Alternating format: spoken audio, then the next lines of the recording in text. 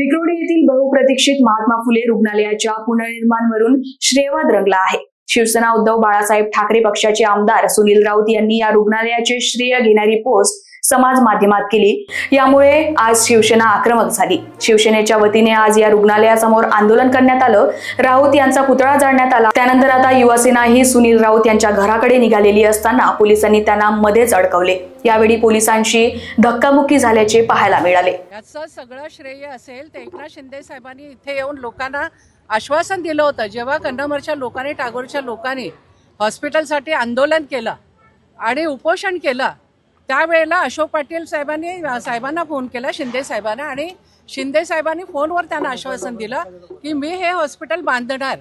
आणि त्यानुसार आम्ही नोव्हेंबरला गेल्या वर्षी लोकसभेच्या आधी आम्ही स्वतः इकडे येऊन भूमिपूजन केलेलं आहे। तरण तलावाचं भूमिपूजन आम्ही केलं, उपेंद्र सावंत यांच्या प्रयत्नाने ते झालं, आणि त्यानंतर आम्ही इकडे येऊन त्याचं भूमिपूजन केलेलं आहे। आणि वेळोवेळी हे सांगतोय एकनाथ शिंदे साहेबांनी, पण आमदार हे खोटं बोल पण रेटून बोल अशा पद्धतीचे हे आमदार आहेत। इव्हेंट शिवाय त्यांना काही दिसत नाही। आणि सध्या त्याने एक कलमी कार्यक्रम राबवलाय की फक्त नगरसेवकांनी जे आम्ही काम करतोय त्या ठिकाणी त्यांनी येऊन हे बाईट देतात किंवा फेसबुकला टाकतात, हे काम मी करतोय। हे सावित्रीबाई आपलं महात्मा फुले हॉस्पिटल आहे त्यांच्या माध्यमातून होत आहे, हे अख्ख्या मुंबईला माहिती आहे। पण नको तिथे बोलायचं, नको तिथे काहीतरी ऍक्टिंग करायची, हा स्वभाव त्यांचा आहे। माझ्या वॉर्डमध्ये 2018 पासून माझा पाठपुरावा आहे। मी विधी समिती अध्यक्ष होते तेव्हापासून तो एक रस्ता डीपी रोड करण्यासाठी माझे प्रयत्न आहेत। आणि सुधार समितीला तो 2018 मध्ये आला त्यानंतर। आणि ही प्रोसिजर आहे, महापालिका आधी प्रस्ताव बनवते आणि ते सुधार समितीला पाठवते, आणि सुधार समिती ते सभागृहात पास करतात, आणि ते पास करायला नगरसेवकच पाहिजे। हे काही प्रस्ताव असे असतात जे रस्त्याला नाव देणं असेल, चौकाला नाव देणं असेल, किंवा नवीन रस्ते करायचे असतील, मोठे प्रोजेक्ट राबवायचे असतील, तर फक्त नगरसेवक आणि नगरसेवक हे प्रस्ताव मांडतात। आणि त्यानुसार माझा तो डीपी रोड झालाय, तर तिकडे ह्यांचं म्हणणं, आणि डीपी रोड जेव्हा होतो तेव्हा त्यात स्ट्रीट लाईट पण येते, सगळ्या गोष्टीची प्रोव्हिजन असते। आणि आता त्यांनी सांगितलं की मी स्ट्रीट लाईट मी लावले।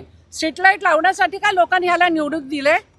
स्ट्रीट लाईट लावण्यापुरताच आमदार आहे का? सगळीकडे हे स्ट्रीट लाईट लावायचं काम सुद्धा महापालिकेचं आहे, आणि त्याच्यासाठी सुद्धा नगरसेवकच पाठपुरावा करतो। एवढा अज्ञान या आमदाराचं आहे। त्याच्या आधी आम्ही त्यांच्याबरोबर होतो तेव्हा ते आमच्या कामाचं श्रेय घेत होते, आणि म्हणून त्यांना कंटाळून आम्ही हा निर्णय घेतलेला आहे। माझ्या कामाचं सुद्धा अनेक टॉयलेट जे बांधलेत त्यांची पाठी लागायची, आणि त्यांना कुठे टॉयलेट हेही माहिती नसायचं। सुनील राऊत सुनील राऊत।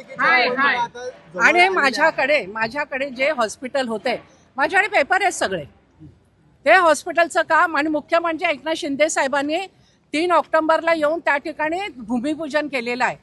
तेही त्याचा तो कार्यकर्ता बोलतो, जसा नेता तसा कार्यकर्ता, त्यालाही काही विषय माहिती नसतात, फक्त आमदाराचे गुणगान गायचं एवढंच त्याचं काम आहे।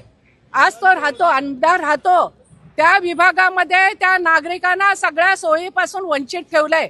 हेमा पार्कच्या बाजूने जाणारा रस्ता 2005ला मी पास केला होता, त्यावेळेला तो विभाग माझ्याकडे होता। अजूनपर्यंत ह्या आमदाराने ते काम केलं नाही। जुवेकर मार्गावर एक हॉस्पिटल आहे 2 मजली महापालिकेचं, हँडओव्हर झालेलं, ते सुद्धा अजून चालू केलं नाही। ह्या आमदाराच्या जाण्या येण्याच्या वाटेवरचं ते हॉस्पिटल आहे, तेही त्याने केलं नाही। आणि जेव्हा सारिका पवारने त्या हॉस्पिटलला नाव द्यायचं, वीर माता जिजाऊ हॉस्पिटल असं नाव द्यायचं जेव्हा ठरवलं, त्याने ठराव पाठवला, त्याबरोबर त्याने आमच्याकडनं तिघांकडनं लेटर घेतलं की तुम्ही हे नाव द्या। वीर माता जिजाबाई हे नाव काय वाईट होतं का? आपल्या युतीचेच नगरसेविका होते, पण तेथे विरोध झाला, आमच्याकडनं पत्र घेतलं, आणि माझ्या पत्रावर तो सभागृहामध्ये विषय तो आम्ही मंजूर केला। महापालिका निवडणुकीच्या तोंडावरती हे श्रेय लाटण्याचा प्रयत्न आहे का? निश्चित नाही। अरे स्वतः काहीच कर्तृत्व नाहीये, नाही, काम शून्य आहे। माझा तर चॅलेंज आहे, माझ्या विभागात जेवढी मी कामं ह्या 5 वर्षात केलेत ना, त्याने ह्या 11 वर्षात जरी केले असेल, मी निवडणुकीला उभी राहणार नाही। Bureau report, Lokvahini media, Mumbai.